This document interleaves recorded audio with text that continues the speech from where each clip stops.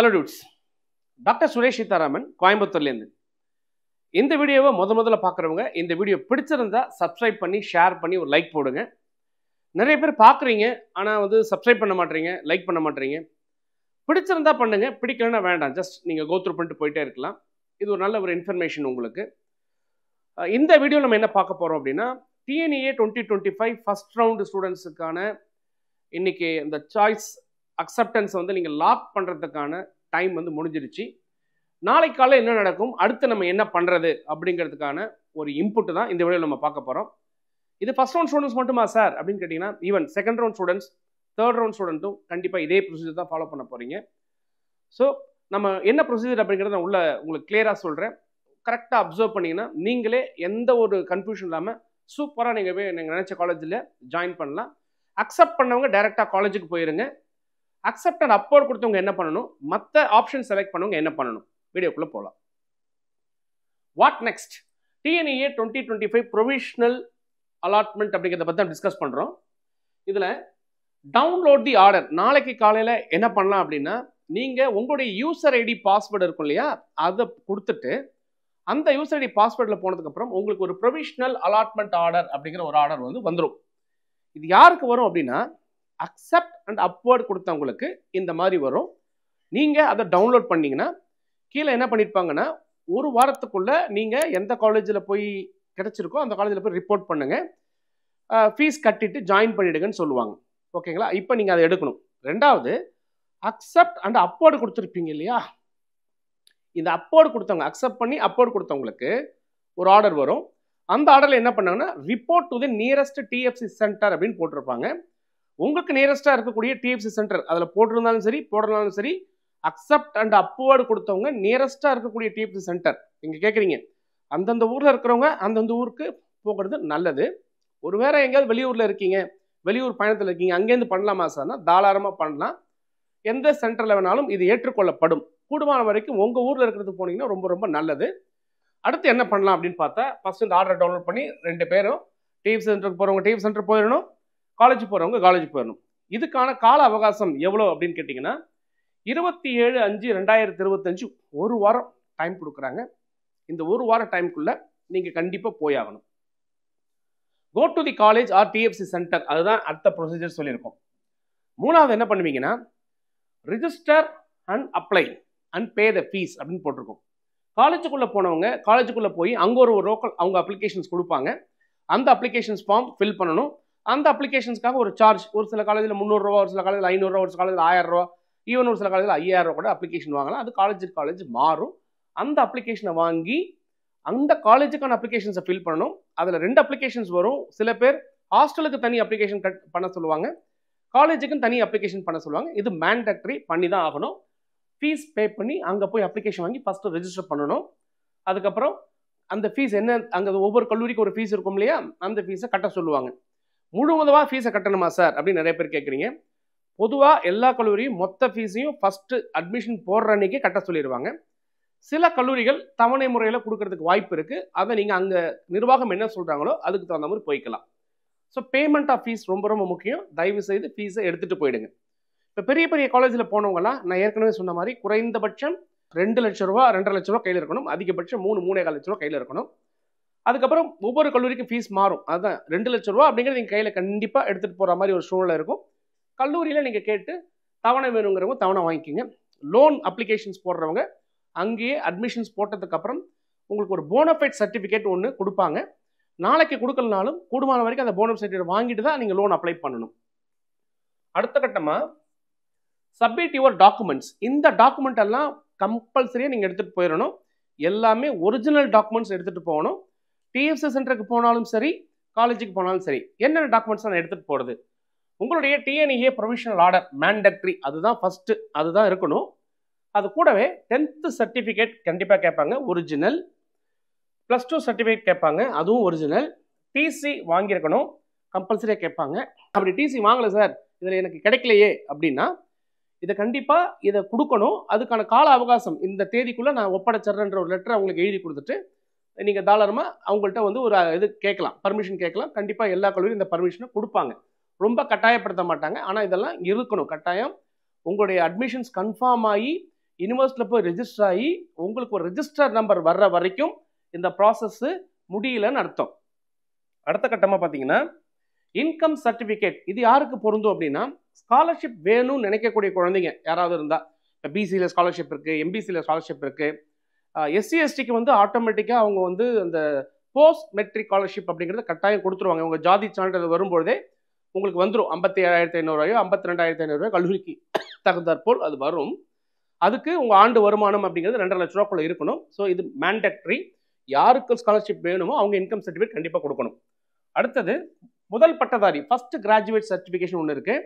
இதுவும் யார் முதல் பட்டதாரியாக இருக்கீங்களோ அவங்க கம்பல்சரியாக கொடுக்கணும். சில பேர்கிட்ட கையில் இல்லை அப்படின்னா கூட இதை வாங்கி ஒப்படைக்க வேண்டிய கட்டாயம் இருக்குது. அதுக்கு கால அவகாசம் கிடைக்குமா சார்னா கண்டிப்பாக கிடைக்கும். அடுத்தது உங்களுடைய கம்யூனிட்டி சர்டிஃபிகேட். இது ரொம்ப ரொம்ப மேண்டட்ரி. குறிப்பாக எஸ்சி எஸ்டி எஸ்சிஏ மாணவர்களுக்கு ரொம்ப மேண்டட்ரி. பிசி எம்பிசி பிசி முஸ்லீம் மாணவர்களுக்கு தேவை. ஓசி மாணவர்களுக்கு கம்யூனிட்டி சர்டிஃபிகேட் கிடையாது. அது இது. அடுத்தது மெடிக்கல் ஃபிட்னஸ் சர்டிஃபிகேட் ஒன்று கேட்பாங்க. இது வந்து உங்கள் ஊர்லேயே இருக்கக்கூடிய மெடிக்கல் சென்டர், அதாவது கவர்மெண்ட் மெடிக்கல் சென்டரில் நீங்கள் ஒரு மெடிக்கல் சர்டிஃபிகேட் கண்டிப்பாக வாங்கிக்கலாம். இந்த மெடிக்கல் சர்டிஃபிகேட் எங்கே சார் இருக்கும் அப்படின்னா, அந்த அப்ளிகேஷன்ஸ் நீங்கள் அப்ளை பண்ணும்போது அதில் லாஸ்ட் அனெக்சரில் மெடிக்கல் சர்டிஃபிகேட்னு ஒரு மாடல் கொடுத்துருப்பாங்க. அந்த மாடலை டவுன்லோட் பண்ணிக்கிட்டு போகணும். சில இடங்களில் இதை டவுன்லோட் பண்ணியே வச்சுருப்பாங்க, கல்லூரிகளிலே வச்சுருப்பாங்க. அங்கே நியரஸ்ட்டாக ஒரு கல்லூரியிலே ஒரு மெடிக்கல் ஆஃபீஸர் இருப்பாங்க. பெரும்பாலும் இப்போ நிறைய கல்லூரிகள் இருக்காங்க. அவங்க வந்து அவங்ககிட்ட நீங்கள் மெடிக்கல் சர்டிஃபிகேட் வாங்கிக்கலாம். குறிப்பாக இப்போ கவர்மெண்ட் கல்லூரிகளில் போனீங்கன்னா அங்கே மெடிக்கல் சர்டிஃபிகேட் ஈஸியாக அங்கேயே வாங்கிடலாம். அந்த மாதிரி மெடிக்கல் ஃபிட்னஸ் மேண்டட்ரி கண்டிப்பாக கேட்பாங்க. அடுத்தது வந்து ஃபோட்டோஸ். நீங்கள் இப்போ கரண்ட்டாக இப்போ உங்கள் ஃபோட்டோ எப்படி இருக்கீங்களோ அந்த ஃபோட்டோ, இப்போ டேட் ஆஃப் ஜாயினிங்கில் நீங்கள் எப்படி இருக்கீங்களோ அந்த ஃபோட்டோ மேண்டட்ரி. ஸ்கூலில் பிடிச்ச மாதிரி இருக்கிறது, பழைய ஃபோட்டோ இருக்கிறத கூடுமான வரைக்கும் அவாய்ட் பண்ணுறது நல்லது. இல்லை அப்படின்னாலும் எமர்ஜென்சிக்கு ஃபோட்டோ எடுத்துகிட்டு போய்க்கிங்க. அதுக்கப்புறம் ஃப்ரெஷ்ஷாக ஃபோட்டோ எடுத்துகிட்டு குறைந்தபட்சம் ஒரு 5 காப்பினாச்சும் கையில் வச்சுக்கோங்க. கல்லூரி இது மாறுபடும். தயவுசெய்து இந்த ஃபோட்டோ எடுத்துகிட்டு போயிருங்க. அடுத்து உங்களுடைய அக்கௌண்ட். கண்டிப்பாக எல்லா ஸ்டூடெண்ட்டும் ஒரு அக்கௌண்ட் ஓப்பன் பண்ணணும். ஜாயிண்ட் அக்கௌண்ட்டாகவும் இருக்கலாம், இல்லை உங்கள் பேருக்கு தனிப்பட்ட முறையில் அக்கௌண்ட் வந்து நீங்கள் ஓப்பன் பண்ண தான் இருக்கலாம். இப்போ சின்ன மைனர் அப்படின்னா நார்மலாக அக்கௌண்ட் ஓப்பனிங் இருக்காது. அதனால் நீங்கள் வந்து ஜாயிண்ட் அக்கௌண்ட்டை ஓப்பன் பண்ணிக்கிறதுனாலும் பண்ணிக்கலாம். ஒருவேளை உங்களுக்கு ஆப்ஷன் இருந்தால் தனிப்பட்ட முறையில் அக்கௌண்ட்டை ஓப்பன் பண்ணிடுங்க. கூடுமான வரைக்கும் நேஷனலைஸ்டு பேங்க்கில் பண்ணுறது நல்லது. இந்தியன் பேங்க்கு, ஸ்டேட் பேங்க்கு, கனரா பேங்க், அந்த மாதிரி நேஷனலைஸ்டு பேங்க்கில் பண்ணுங்கள். ப்ரைவேட் பேங்க் வேண்டாம். அடுத்தது பார்த்தீங்கன்னா ஹாஸ்டல் ஃபார்ம் அப்படின்னு ஒன்று இருக்கும், கண்டிப்பாக இருக்கும். இது ரொம்ப ரொம்ப முக்கியங்க. இது எதுக்கு அப்படின்னு கேட்டிங்கன்னா, ஹாஸ்டல் அப்ளிகேஷன் அடுத்து போட்டதுக்கப்புறம் அப்ளிகேஷன் தனியாக கொடுக்கணும், ஹாஸ்டல் ஃபார்ம் ஒன்று கொடுப்பாங்க. ரேகிங் ஃபார்ம் சொல்லி ஒரு மேண்டட்ரி டிஸ்க்ளோஷர் வந்து நம்ம கண்டிப்பாக கொடுக்க வேண்டிய கட்டாயம் இருக்கும். நான் எந்த விதமான தவறுதான செயல்களில் வந்து நான் ஈடுபட மாட்டேன், மற்ற மாணவர்களை நான் துன்புறுத்த மாட்டேன். அப்படி துன்புறுத்தினா நீங்கள் மேற்கொண்டு என்ன போலீஸில் ஒப்படைக்கலாம். இதை வந்து கவர்மெண்ட் வந்து இதுக்கான முழு சுதந்திரம் வந்து ஒரு மாணவர்கள் மேலே நடவடிக்கை எடுக்கிறதுக்கு இருக்குன்னு சொல்லி அப்பா ஒத்துக்கிறீங்க, அம்மா ஒத்துக்கிறீங்க, பையனும் ஒத்துக்கிறாரு. அதை ஒரு கவர்மெண்ட்டு யாருங்க லாயர் வந்து அஃபிடவிட் போட்டு 20 ரூபா பத்திரத்தில் ரெஜிஸ்டர் பண்ணி கொடுக்கணும். இதுக்கான டாக்குமெண்ட்டை கல்லூரியில் கண்டிப்பாக கொடுப்பாங்க. ஸோ இதெல்லாம் இருக்காங்கிறது நீங்கள் கன்ஃபார்ம் பண்ணிங்க. இதெல்லாம் இருந்ததுன்னா அவங்க கரெக்டான ப்ரொசீஜரில் இருக்காங்கன்னு அர்த்தம். இதெல்லாம் ஒன்றும் இல்லை அப்படின்னா என்ன ப்ரொசீஜர் இல்லைன்னு அர்த்தங்க. ஓகே, இந்த மாதிரி ஒரு அஃபிடவிட் ஃபார்ம் ஸ்டாம்ப் பேப்பரில் உங்கள்கிட்ட எழுதி வாங்குவாங்க. இதுவும் மேண்டட்ரி. இதெல்லாம் நாளைக்கே நடக்கணுமா சார், இந்த ஒரே வாரத்தை நடக்கணுமானா கண்டிப்பாக இதெல்லாம் செய்யணும். பட் இனிஷியலாக உங்களுக்கு அட்மிஷன் போடுறதுக்கு இது எல்லாத்தையும் கேட்குறாங்களான்னா, சில கல்லூரியில் சில சர்டிஃபிகேட் மட்டும் வாங்கிட்டு அட்மிஷன் பணத்தை கட்டிங்கன்னா அட்மிஷன் அப்படிங்கிற மாதிரி கன்ஃபார்ம் பண்ணுவாங்க. பட் இதெல்லாம் நீங்கள் தேவைப்படணும், பார்த்துக்கிடுங்க. அடுத்து காலேஜ் ஃபீஸ். நான் ஏற்கனவே சொன்ன மாதிரி காலேஜ் ஃபீஸ் கட்டணும், ப்ளஸ் ஹாஸ்டல் ஃபீஸ் மறந்துடாதீங்க. இதுவும் mandatory. Minimum fees at DFC centre. இப்போ இதெல்லாம் வந்து கல்லூரிக்கு போக வேண்டியவங்க இந்த ப்ரொசீஜர்லாம் பண்ணணும். சார் நான் டிஎஃப்சி சென்டர் போகணுமே சார், நான் என்ன பண்ணுறதுன்னா, இது எல்லா ப்ரொசீஜரையும் மறுபடியும் நீங்கள் எந்த காலேஜில் போய் ஜாயின் பண்ண போகிறீங்களோ அங்கே செஞ்சு தான் ஆகணும். இப்போதைக்கு நீங்கள் டிஎஃப் சென்டர் போகும்போது என்ன பண்ணணும் அப்படின்னா, கீழே அவங்க அந்த ஆர்டரில் குறிப்பிட்டபடி ஒரு குறிப்பிட்ட அமௌண்ட்டை வந்து கட்ட சொல்லுவாங்க. அந்த அமௌண்ட்டை டிஎஃப்சி சென்டருக்கு எடுத்துகிட்டு போயிடணும். கூடுமான வரைக்கும் டிஜிட்டல் தான், டிடி பண்ண சொல்லுவாங்க, இல்லை ஆன்லைன் முறையில் பண்ணுறதுக்கான வாய்ப்புகள் இருக்கும். கம்பல்சரி அதை பிளான் பண்ணிக்கிங்க. அடுத்தது ஒரு வேளை முடியல, அங்கேயே கேஷ் கட்டுறதுக்கான ஃபெசிலிட்டி சில சென்டரில் கொடுக்குறாங்களான்னு தெரியல, கன்ஃபார்ம் பண்ணிக்கிங்க. ஸோ அந்த பணம், இந்த பணம் யார் எடுத்துகிட்டு போகக்கூடாதுன்னு சொல்கிறேன். டிஎஃப்சி சென்டருக்கு போகிறவங்களா இருந்தாலும் சரி, இல்லை கல்லூரிக்கு போகிறவங்களா இருந்தாலும் சரி, 7.5 கேட்டகரியில் இருக்கிறவங்க எந்த பணமும் கட்ட வேண்டிய அவசியம் இல்லை, எந்த கல்லூரியிலும் கட்ட வேண்டிய அவசியம் இல்லை.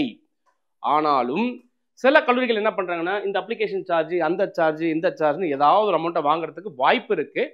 ஆனால் வாங்கக்கூடாது. அப்படி இருந்ததுன்னா அந்த நேரங்களில் எதுவும் உங்களுக்கு தகுந்த மாதிரி நீங்கள் வந்து மேனேஜ்மெண்ட்டில் பேசி முடிவு பண்ணிக்கங்க.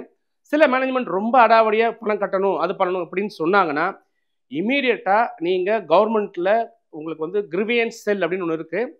டீன் ஸ்டூடெண்ட் அஃபேர்ஸ் அண்ணா யூனிவர்சிட்டிக்கோ அல்ல டோட்டுக்கோ நேரடியாக நீங்கள் கம்ப்ளைண்ட் ரெஜிஸ்டர் பண்ணலாம். அப்படி கம்ப்ளைண்ட் ரெஜிஸ்டர் பண்ணால் கண்டிப்பாக அந்த ஆக்ஷன் அந்த காலேஜ் மேலே எடுப்பாங்க. ஸோ இது 7.5 கேட்டகரியில் போகிற மாணவர்கள் பணத்தை எங்கேயுமே கட்ட வேண்டிய அவசியம் இல்லைங்கிறத புரிஞ்சுக்குங்க. அடுத்து வந்து இந்த மினிமம் ஃபீஸ் டிஎஃப்சி சென்டர் சொல்லிட்டு இருந்தேன் இல்லைங்களா, இது நீங்கள் கண்டிப்பாக கட்டணும். நீங்கள் இந்த கட்டுற பணத்தை என்ன பண்ணுவாங்க அப்படின்னா, நீங்கள் எந்த கல்லூரியில் சேர போகிறீங்களோ அந்த கல்லூரிக்கு அந்த பணத்தை அமைச்சு வச்சுருவாங்க. நீங்கள் போய் ஜாயின் பண்ணும்போது இங்கே கட்டின பணத்தை போக மீதமுள்ள தொகையை மட்டும் கல்லூரியில் செலுத்தினா போதுமானது. இது வந்து உங்களை கன்ஃபார்ம் பண்ணுறதுக்கு. ஏன்னா நீங்கள் வர்றீங்க, திடீர்னு வெளியில் நிறைய பேர் வந்துட்டு கொடுத்துட்டு போயிடுறாங்க. அப்புறம் வந்து இப்போ எனக்கு முடியல சார், நான் வேறு பக்கம் போகிறேன்னா பஞ்சாயத்து பண்ணுறாங்க. அதனால தான் இந்த பணத்தையும் இந்த சர்டிஃபிகேட்டையும் டிஎஃப் சென்டர் சரண்டர் பண்ண சொல்கிறாங்க. டிஎஃப் சென்டர் என்ன சர்டிஃபிகேட் சரண்டர் பண்ணுவீங்கன்னா, இங்கே கொடுத்த சர்டிஃபிகேட்டில் இந்த ஆர்டர் கண்டிப்பாக கொடுப்பீங்க. 10th +2 டிசி கம்யூனிட்டி சர்டிஃபிகேட் இந்த மாதிரி சர்டிஃபிகேட்ஸ் என்ன கேட்குறாங்களோ அதை கொடுக்கலாம். மற்றபடி இந்த hostel form, bank passbook, medical fitness, photographs இதெல்லாம் வந்து டிஎஃப் சென்டரில் பெரும்பாலும் வாங்க மாட்டாங்க. ஓகே, அடுத்து வந்து எந்த டைமில் சார் போகணும், எவ்வளோ நாள் சார் டைம் கொடுக்குறாங்க, நல்ல நாள் பார்த்துட்டு உட்காந்துருக்கலாமா? தேவையே இல்லை.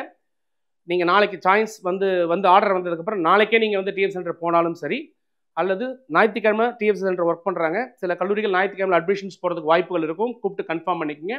அட்லீஸ்ட் திங்கள், செவ்வாய், புதன், வியாழன், வெள்ளி இந்த 5 நாள் மறந்துடாதீங்க. இந்த 5 நாளுக்குள்ள கட்டாயமாக இந்த ப்ராசஸ் நடந்தே ஆகணும். நீங்கள் டிஎஃப்சி சென்டருக்கு போனாலும் சரி, கல்லூரியில் போய் அட்மிஷன் எடுத்தாலும் சரி. ஏன் அப்படின்னா, இந்த நீங்கள் போய் ஜாயின் பண்ணதுக்கு அப்புறம் இந்த மாணவர் வந்து இந்த அலாட்மெண்ட் ஆர்டரில் அலாட் ஆகி எங்கள் கல்லூரியில் வந்து சேர்ந்துட்டாரு அப்படிங்கிறத அந்த கல்லூரியில் இருக்கிற முதல்வர் கட்டாயமாக என்ன பண்ணணும், ரெஜிஸ்டர் பண்ணி ஆன்லைனில் டோட்டுக்கு தெரிவிக்கணும். அப்போ தான் நீங்கள் ஜாயின் பண்ணிட்டீங்களாங்கிற சீட்டு கன்ஃபார்ம் ஆகி டோட்டில் இப்போ வந்து அப்போர்டு கொடுக்குற ஸ்டூடெண்ட்ஸ் வெயிட் பண்ணுறாங்க இல்லையா, அவங்களுக்கான வாய்ப்பாக போகும். நீங்கள் ஜாயின் பண்ணாமல் விட்டுட்டீங்க அப்படின்னா நீங்கள் வரலைன்னு நினச்சிட்டு உங்கள் ஆர்டரை கேன்சல் பண்ணிவிட்டு அந்த சீட்டை வேற யாருக்கா கொடுத்துருவாங்க. கையில் ஆர்டர் இருந்தும் சேர முடியாமல் போயிடும். அப்போ கண்டிப்பாக போய் ஜாயின் பண்ணுறீங்க. காலேஜில் போகிறவங்க பிரின்ஸ்பால்கிட்ட நான் ஜாயின் பண்ணிட்டேங்கிறத கன்ஃபார்ம் பண்ணிக்கிறீங்க. பிரின்ஸ்பால் கவர்மெண்ட்டுக்கு இவங்க சேர்ந்துட்டாங்கிறத தெரிவிக்கிறாங்க. அதே தான் டிஎஃப்சி சென்டர்லையும் நீங்கள் நேரடியாக போகிறீங்க. இந்த மாணவர் வந்துட்டாரு, இங்கே டிஎஃப் சென்டர் ரிப்போர்ட் பண்ணிட்டாரு, இவருக்கு இந்த காலேஜ் அலாட் ஆகிருக்கு தற்போதைக்கு, மேலும் இவர் வந்து விருப்பம் தெரிவிச்சிருக்காரு, வேற கல்லூரி கிடைத்தால் அந்த கல்லூரியில் இவர் சேருவதற்கான வாய்ப்பை கொடுங்க அப்படின்னு சொல்லி டிஎஃப்சி சென்டர் என்ன பண்ணிடுவாங்க, டோட்டுக்கு இன்ஃபார்ம் பண்ணிடுவாங்க. ஸோ இந்த ப்ராசஸ் கண்டிப்பாக நடந்தே ஆகணும். இப்போது தயவு செய்து நீங்கள் போய் கன்ஃபார்ம் பண்ணிக்கங்க. இது ரவுண்ட் 1 ஸ்டூடெண்ட்ஸுக்கு மட்டும்தானா சார்? இந்த டேட் 25ங்கிறது ரவுண்ட் 1 ஸ்டூடெண்ட்ஸுக்கு. இதே மாதிரி ரவுண்டு 2க்கும் வேற டேட் வருது. பட் ப்ரொசீஜர் எல்லாம் ஒன்று தான். இன்னும் ஒரு முக்கியமான விஷயம் நீங்கள் தெரிஞ்சுக்க வேண்டிய கட்டாயம் இருக்கு. இது போன வீடியோவில் சொல்லணும்னு நினைச்சேன். அதாவது வந்து 7.5 கேட்டகரியில் நாட் அலாட்டட் நிறைய ஸ்டூடெண்ட்ஸ் வந்து சொன்னீங்க. இந்த நாட் அலாட்டட் ஸ்டூடெண்ட்ஸாக இருந்தாலும் சரி, இல்லை வந்து ரெகுலரில் வந்து நாட் அலாட்டட் அப்படின்னு போட்ட ஸ்டூடெண்ட்ஸாக இருந்தாலும் சரி, 7.5லையும் நான் ரெகுலர்லையும் நிறைய வாய்ப்பு, குறிப்பாக 7.5லையுமே நல்ல சான்சஸ் இருக்குது. வேற காலேஜஸ் கிடைக்கிறதுக்கான சான்சஸும் கண்டிப்பாக இருக்குது. நான் ஏற்கனவே சொல்லியிருக்கேன் ரீசன் எப்படி கிடைக்கும் சார் அப்படின்னு கேட்டிங்கன்னா அதுக்கு நான் ரீசன் சொல்லியிருக்கேன். ஸோ நாட் அலாட்னு வரவங்க கவலைப்பட வேண்டாம். அப்போர்ட் மூமெண்ட் கொடுத்தீங்கன்னா வரதுக்கான வாய்ப்பு இருக்குங்கிற ஒரு முக்கியமான பாயிண்ட் தான் போன வீடியோ சொல்ல மறந்துட்டேன். அதை நீங்கள் கண்டினியூ பண்ணிக்கலாம். அதே மாதிரி இன்னொரு முக்கியமான விஷயம் என்ன அப்படின்னா, நீங்கள் நிறைய பேர் என்கிட்ட கேட்டீங்க ஓசியில் வந்திருக்கு சார், எனக்கு வந்து நான் பிசி சார் ஆனால் வரல, எம்பிசியில் வரல சார் அப்படிலாம் கேட்குறீங்க. கவலைப்பட வேண்டாம். அது ஓசியில் வந்தாலும் சரி, உங்களுக்கு சில பேருக்கு பிசியில் அவங்க பிசினா பிசிக்கு வந்திருக்கும், எம்பிசினா எம்பிசியில் வந்திருக்கும். அதை பற்றி கவலைப்பட வேண்டாம். ஆர்டர் வந்திருக்கா அவ்வளோதான். அந்த ஆர்டர் வந்ததுன்னா நீ தாராளமாக போய் ஜாயின் பண்ணிக்கலாம். இன்னொரு முக்கியமான தகவல், அடுத்த ரவுண்டுக்காக வெயிட் பண்ணிட்டு இருக்க ஸ்டூடெண்ட்ஸ்க்கு என்ன அப்படின்னு கேட்டீங்கன்னா, கண்டிப்பா இன்னமும் சில நல்ல கல்லூரிகளில் எம்பிசி கொஞ்சம் சீட்ஸ் வேக்கன்ட் இருக்கிறதுக்கு வாய்ப்பு இருக்கு. எஸ்சி, எஸ்சிஏ, எஸ்டி பிரிவினருக்கு நிறைய சீட்ஸ் வேக்கன்ட் இருக்க வாய்ப்பு இருக்கு. என்னன்னா கொஞ்சம் கம்ப்யூட்டர் சயின்ஸ், இசி மட்டும் நிறைய ஃபில் ஆனதை நம்ம பார்க்குறோம். சில நல்ல கல்லூரிகளில் artificial data science up to mechanical வரைக்குமே ஃபில் ஆகிருக்கிறத பார்க்குறோம். இன்னும் டாப் கேம்பஸ் சிவில் முதற்கொண்டு நல்லா போயிருக்கிறத பார்க்குறோம். இது யாரும் இப்ப கரெக்டா சொல்ல முடியாது. 26ஆம் தேதி வேக்கன்ட் சீட் மேட்ரிக்ஸ் ரிலீஸ் பண்ணுவாங்க. அந்த தேதியில எந்தெந்த கல்லூரிக்கு நீங்கள் போறதுக்கான வாய்ப்புகள் இருக்கு, எந்தெந்த கல்லூரி உங்களுக்கு கிடைக்கும் அப்படிங்கிற ஒரு தகவல் நம்ம கண்டிப்பா சொல்லுவோம். அதுக்கு முன்னாடி நம்ம பழைய டேட்டாஸை வச்சு எப்படி இருக்குங்கிற ஒரு அனுமானமும் எடுத்து சில வீடியோஸ் நம்ம கொடுப்போம். ஸோ நல்ல கல்லூரிகள் கிடைக்கிறதுக்கு இன்னமும் வாய்ப்பு இருக்கு. அதுக்கு அடுத்த கேட்டகரியில சூப்பரான கல்லூரிகள் செகண்ட் ரவுண்ட்ல இன்னமும் நல்ல சூப்பரா இருக்கக்கூடிய கல்லூரிகள், நல்லா நடத்தக்கூடிய கல்லூரிகள், பிளேஸ்மெண்ட் இருக்கக்கூடிய கல்லூரிகள், NAC, NBA, NIRF இருக்கக்கூடிய கல்லூரிகள், நல்ல டீச்சர்ஸ் இருக்கிற கல்லூரிகள் நிறைய இருக்கு. எந்தெந்த கல்லூரிகள் அதை பண்றாங்க அப்படிங்கிற லிஸ்ட்டை நம்ம கண்டிப்பா அடுத்தடுத்த வீடியோல பார்க்கலாம். நம்மளுடைய பிடிச்சிருந்தா தொடர்ந்து பேசுவோம். இணைந்திருங்கள். உங்களுடன் சுரேஷ். இணையத்திலும் இதயத்திலும் லைக் பண்ணுங்க, கமெண்ட் பண்ணுங்க, ஷேர் பண்ணுங்க. Bye bye. See you.